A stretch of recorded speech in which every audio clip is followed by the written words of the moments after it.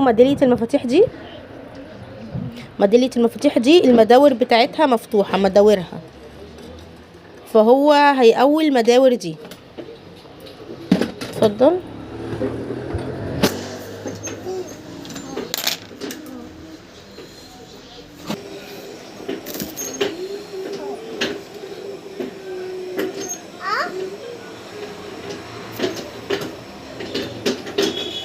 انت هتقفل دلوقتي كل المداور المفتحة يا بابا اهي كده، خلصت كل المداور اتقفلت.